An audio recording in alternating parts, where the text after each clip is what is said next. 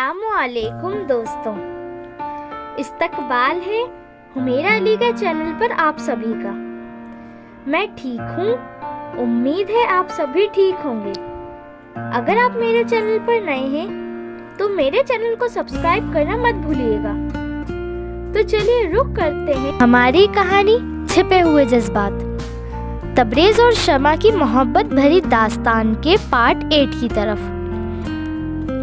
तभी एक खूबसूरत सा नौजवान मुस्कुराता हुआ तबरेज़ के पास आया और उसने तबरेज़ से हाथ मिलाया। अरे यार, तुम यहाँ कैसे आना हुआ? मैं इनके साथ आया हूँ, इनसे मिलिए, तबरेज़ ने इंट्रोडक्शन कराते हुए कहा। ये मेरी चच्ची की भांजी शमा है और शमा ये है मेरी फुफी के बड़े बेटे गुलरेज़ और मेरे जिगरी दोस्त भी हैं, और ये इसी कॉलेज में इंग्लिश के लेक्चरर हैं। मुझे आपसे मिलकर बहुत खुशी हुई, गुलरेज़ ने बहुत इज्जत देने वाले अंदाज में कहा। शमा ने भी मुस्कुराकर जवाब दिया, मुझे भी आपसे मिलकर खुशी हुई। तबरेज़ ने उसे बताया था कि गुलरेज़ बहुत बड़े बिजनेसमैन का बेटा है, लेकिन वो अपनी पहचान अलग बनाना चाहता था, इसलिए वो सर्विस करता है। वो एक बहुत खुददार इंसान है। कोई काम मेरे लायक हो तो फरमाइए, गुलरेज़ बहुत इसरार भरे लहजे में कह रहा था। नहीं, हम लोग कर लेंगे। लेकिन सर, आपको इससे पहले इधर नहीं देखा। पहले मैं मद्रास में था, कल ही आया हूँ। अभी शमा की बात खत्म ही नहीं हुई थी कि तबरेज़ अपनी नाराजगी दिखाता हुआ बोला, मैं तुम लोगों से बहुत नाराज हूँ। मैं खुद नजमा बाजी की शादी का कार्ड घर लेकर आया था, लेकिन न फूफा मियाँ आए न फूफी जान, और इमरोज़ को तो कभी फुर्सत ही नहीं थी। अरे यार, कुछ मेरी भी तो सुनो, कि अपनी ही सुनाते रहोगे। नजमा हमारी भी तो बहन है। मेरा एक छोटा सा एक्सीडेंट हो गया था। करीम ने घबराकर घर पर फोन कर दिया था। करीम कौन? तबरेज़ ने सवाल किया। मेरा नौकर। पूरे घर के लोग मेरे पास मद्रास पहुंच गए थे और अम्मी जिद करके मुझे यहाँ ले आईं। कहने लगी अब अपनी नजरों से दूर नहीं रहने दूंगी, इसलिए नौकरी छोड़ छाड़ कर मैं यहाँ आ गया। इस नौकरी के बारे में कई लेटर जा रहे थे, इसलिए यहाँ ज्वाइन कर लिया। वहाँ भी लेक्चरर था, यहाँ भी हूँ। लेकिन अभी कुछ दिनों पहले ही तूने फोन करके बताया था कि यहाँ ज्वाइन कर चुका है, लेकिन फिर इरादा बदल दिया था। तूने मुझे खबर तक देने के काबिल नहीं समझा। अरे यार, वो तो घर वालों को भी परेशान नहीं करना चाहता था, लेकिन वो करीम नहीं माना, और बाकी बातें तुम्हारे सामने हैं। अब गुस्सा मत करो। ये बताओ, वलीमा कब है? वलीमा कल है।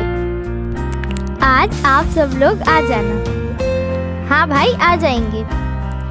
अच्छा, तुम लोग काम निपटा लो, मुझे भी एक जरूरी काम से जाना है। मामू मुमानी से मेरा सलाम कहना, और छोटे मामू मुमानी से भी। हम शाम को आएंगे। खुदा हाफिज। तुमको भी। तबरेज़ शमा को चलते चलते बता रहा था, ये मेरा भाई है और मेरे बचपन का जिगरी दोस्त है। ऐसा कह सकते हैं, दो जिस्म एक जान है। क्या इनकी शादी हो गई? शमा ने बड़ी मासूमियत से पूछा। क्यों, क्या शादी करने का इरादा है? मुझे शादी करने का कोई शौक नहीं जनाब। तबरेज़ और शमा दोनों हंसने लगे।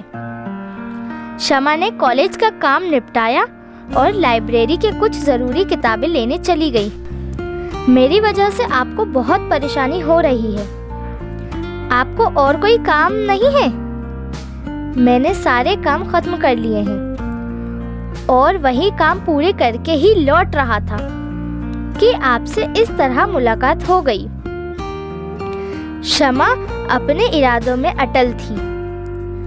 तबरेज़ की मोहब्बत दिल के दरवाजे पर दस्तक दे रही थी और उसने बड़ी तेजी से दिल के दरवाजे बंद कर दिए थे। अब्बू की इज्जत और भरोसे का एतमाद रखना था। वो कभी ऐसा कुछ नहीं करना चाहती थी जिससे अब्बू के दिल को ठेस पहुंचती। दोनों कार में काफी दूर तक खामोश रहे। तबरेज़ खामोशी से ड्राइव कर रहा था। आप चुप क्यों बैठी हैं? आप बोलते हुए अच्छी लगती हैं, तबरेज़ ने खामोशी तोड़ते हुए कहा। तबरेज़ की ऐसी बातें शमा के दिल में अनदेखी कलियां खिला देती थीं, लेकिन शमा उन कलियों को बड़ी बेदर्दी से मसल देती। कभी कभी खामोश भी रहना चाहिए, शमा ने बड़ी संजीदगी से जवाब दिया। तबरेज़ उसकी बातें सुनकर फिर चुपचाप बैठ गया। पूरे रास्ते दोनों खामोश रहे। घर के सामने आकर कार रुकी। घर पर तो ताला पड़ा था। मैं अभी आती हूँ। पड़ोस में मरियम आंटी रहती हैं। अम्मी शायद उनको चाबी देकर गई हों। शमा चाबी ले आई।